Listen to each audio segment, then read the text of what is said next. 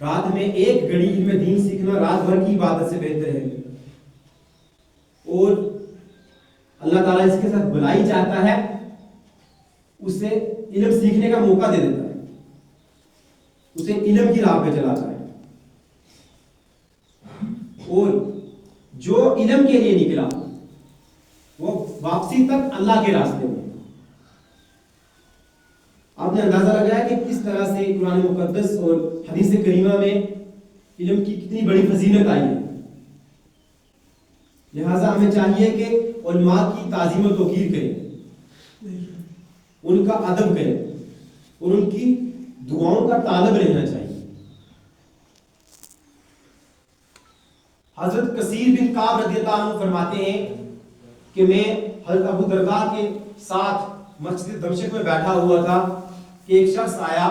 اس نے کہا کہ میں مدینہ رسول صلی اللہ علیہ وسلم سے آیا ہوں کہ آپ سے ایک چیز پوچھنے کے لیے، دریافت کرنے کے لیے کہ آپ ایک حدیث نبی کریم صلی اللہ علیہ وسلم سے روایت فرماتے ہیں.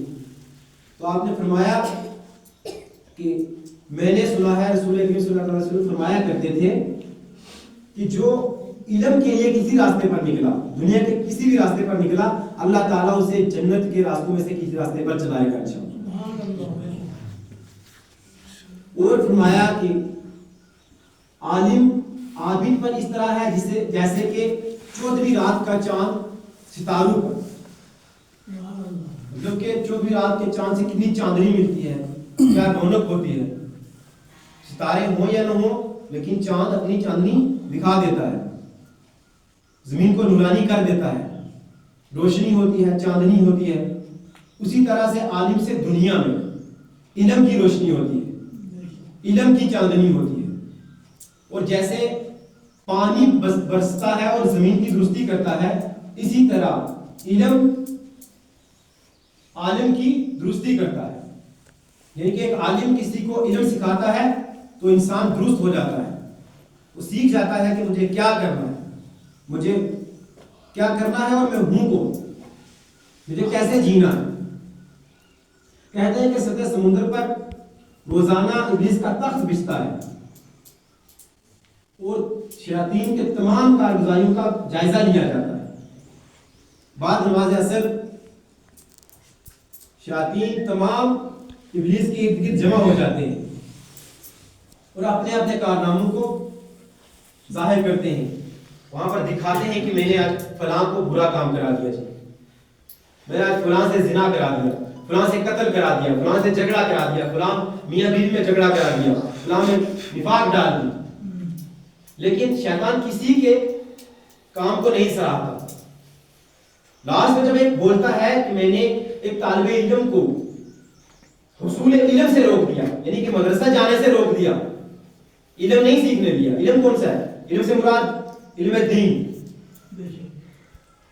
تو جیسا ہی وہ شیطان ایسا کہتا ہے تو ابلیس لائن اچھل پڑتا ہے.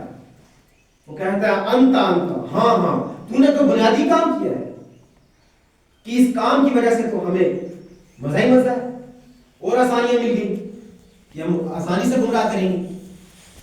وہ کہتا ہے کہ میرے نزدیک علم دین سے روکنا زنا گرانے سے بہتر ہے، میرے نزدیک علم دین سے روکنا قتل کرانے سے بہتر ہے، میرے نزدیک علم دین سے روکنا شراب پلانے سے بہتر ہے، میرے نزدیک علم دین سے روکنا غیبت کرانے سے بہتر ہے. یعنی کہ جتنا مرضی کوئی برا کام کرے شیطان خوش ہوتا ہے، لیکن اتنا نہیں جتنا کہ کسی طالب علم کو حصول علم سے روکا جائے. اسی طرح جب وہ یہ باتیں کہتا جاتا ہے تو اس کے جو باقی والے جو چیلے ہوتے ہیں وہ جل بن کر کہتے ہیں کہ ہم نے اتنا بڑا بڑا کام کیا، ہمارے کاموں پر ہماری شاباشی نہیں، پذیرائی نہیں ملی، تو اس نے اتنا چھوٹا سا کام کیا، ایک طالب علم ہی تو روکا ہے، تو اتنی اس کو شاباشی کیوں، اتنی خوشی کیوں، اس کو گلے سے لگا لیا.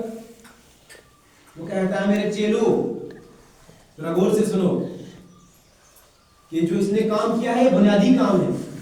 آپ نے جن لوگوں کو گمراہ کیا وہ کیوں کیا؟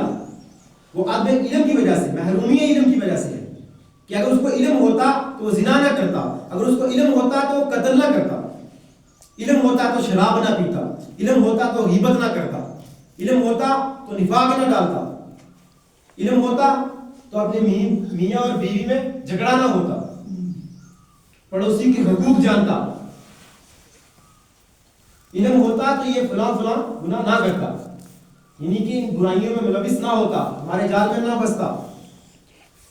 پھر اس نے اپنے چیلوں سے کہا کہ ایک ایسی جگہ بتاؤ کہ جہاں ایک عابد رہتا ہو لیکن وہ عالم نہ ہو، بڑے درجے کا عالم نہ ہو، اور ایک ایسی جگہ بتاؤ جہاں کہ کوئی بڑا عالم رہتا ہو اور وہ اپنی عبادت اور ریاضت کی وجہ سے مشغول نہ ہو۔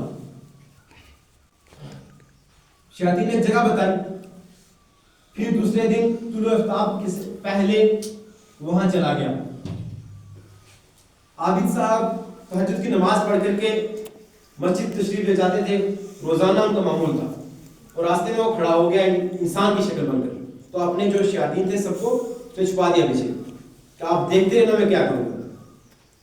اس نے ثابت کر دیا کہ علم نہ ہونے کی وجہ سے گناہ ہوتے ہیں۔ اس نے ایک عابد سے پوچھا کہ حضرت مجھے ایک مسئلہ درپیش آیا ہے، مجھے سمجھ نہیں آ رہی، آپ مجھے بتا دیں گے؟ تو انہوں نے کہا جی بتاؤ، پوچھو، ہم بتائیں گے۔ تو اس نے فٹ سے اپنے جیب سے ایک شیشی نکالی، اس نے پوچھا کہ کیا اللہ تعالیٰ اس چیز پر قادر ہے کہ ان زمین اور آسمان کو اس شیشی میں ڈال دے؟ عابد نے تھوڑی دیر سوچا اور کہا کہاں اتنی بڑی زمین اور کتنا بڑا آسمان، یہ چھوٹی سی شیشی اس میں کہاں ڈال سکتا ہے؟ کہ اللہ کیسے کر سکے گا؟ ماذا اللہ کتنا بڑا کفر بول دیا۔ اتنی سی بات میں وہ کافر و مرتد ہو گیا۔ شیاطین کے ساتھ جا کر کے اس نے ابلیس نے بتایا کہ دیکھو کس طرح سے ہم نے اتنے جلدی اس کو مرتد کر دیا۔ پھر اسی طرح سے دوسرے دن طلوع آفتاب سے پہلے ایک عالم کے پاس گیا، وہ بھی مسجد جا رہے تھے نماز پڑھنے، ان سے پوچھا یہی سوال جب سیم تو اس نے بولا، ایک عالم نے بولا کہ تو کوئی لائن شیطان ہے، مردود، تو اللہ کی قدرت پر شک کرتا ہے؟ اللہ تو ایسا قادر مطلق ہے کہ شیشی تو بہت بڑی چیز ہے، سوئی کے ناکے کے کروڑویں حصے کے برابر بھی اگر سوراخ ہو تو اس میں بھی یہ سارے اس جیسے کئی کروڑوں زمین و آسمان ہو تو سما دیں، وہ اس چیز پر قادر ہے کہ وہ ڈال سکتا ہے۔ پھر وہ اس نے بتایا ابلیس نے اپنے چیلوں کو کہ اب دیکھو اس کے پاس علم تھا، اس کو ہم گمراہ نہیں کر سکے، زبان نے کیا کر دیا اس کی، اس زبان کا استعمال صحیح کرو، اس سے سیکھو، فائدہ اٹھاؤ، یہ سمجھو کہ اللہ تعالیٰ جس کے ساتھ بلائی چاہتا ہے اسے دین کا فقیہ بناتا ہے، دین کی معلومات دیتا ہے۔ علم دین سیکھنا ہم پر فرض ہے، یہ تو سب کو پتا ہے، لیکن اس پر فرض پر عمل کون کر رہا ہے؟